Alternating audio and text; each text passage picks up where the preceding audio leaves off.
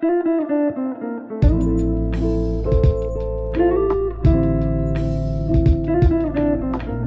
back to LouTube. I am a first year medical student studying at the University of Birmingham. It has been my first 2 weeks at medical school doing like proper solid content, so I think I'm in a pretty good position to explain some of my first impressions. I know when I was in the position of like being a year 13 student, I was always curious, as to how my expectations would marry up with the reality, how much was exaggerated. So hopefully I'm just going to clear up some of, your misconceptions. Now, one of the first impressions that I've had is that you better make sure your A-level biology knowledge is to the highest level, because when the lecturers go through the content, they don't spare time to explain the basics. If you are still unfamiliar with what a microtubule is, or how exocytosis works when they are explaining the foundations, or they won't spare much time to explain any of that. It is assumed knowledge, and it feels like you are expected to know this content as well as you would have at the end of year 13. Now, following on from this, when people say that medical school is intense, for someone who's been curious for years, about how intense this actually is, it is pretty intense, and I'll explain why.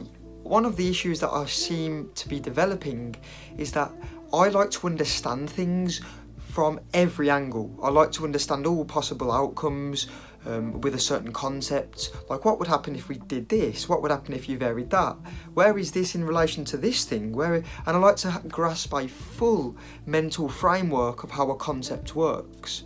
But the problem is, with medical school, because there is so much knowledge in human biology, the lecturers sort of have to nitpick at the most important and relevant stuff. And this often misses out a lot of important information that would aid your understanding. So I have found that I am learning a lot of information quite parrot fashion, and it's alright learning a few things parrot fashion, but when you have to learn 70 other things in the exact same way, then it does start to add up, and it does require a lot of discipline to make sure that the information stays in your memory. So this leads me on to the next thing. With medical school, you must utilise the available resources that you have at your disposal. And the best example I can give of this is accessing the notes from the students who are in the years above you. Now, most students are actually kind enough, I have found, to give you their notes for free if you ask politely. The notes, however, all come from the same resources, and the resources are the lecture slides, so you must use them bleeding lecture slides like your life depends on it.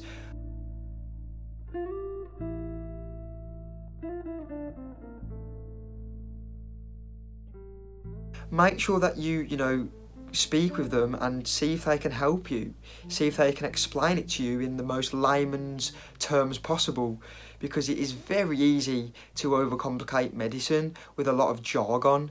I've been given a dictionary with 800 pages of sheer vocabulary, and I'm not expected to learn all of this. Let me just show it you, 1 second. Ooh, this bad boy. But there's literally,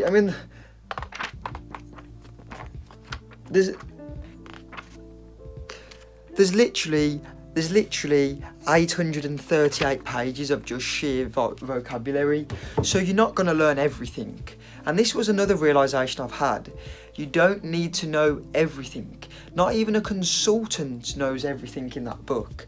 There's probably one guy on earth who does know every term in the book, but let him, man. Just let him. If he wants to do that with his spare time, let him. You don't need to worry about learning everything in that book. So that was a nice realisation. Now, the next thing I've realised is that there is such a large variety of personality types, but one thing that is common for most of the students in the whole year is they are all extremely competitive. Like, if you were the top dog at your old school, or really academic at your old school, you're just a small fish, man. And it's quite, a weird realisation. every single person in that year group has been selected from the top layer, you know, of like grades, the top band of people, and they've all been spliced and put together in one massive group. So obviously it's going to be pretty damn competitive, and it can be quite, you know, cutthroat from what I've read. You know, people always going on, you know, there's the odd student who always goes on about how many hours he's revised or how many notes he's made, and you know, you don't want to be that guy, man. You don't want to stress people out. Everyone does things in their own way. That's something I've realised, because I used to be that guy. Yeah, I'm sorry people who went to my old school. But that is that. So yeah, I thank you for watching this video. I hope that this has been useful, and I hope I can take you along on my medical journey.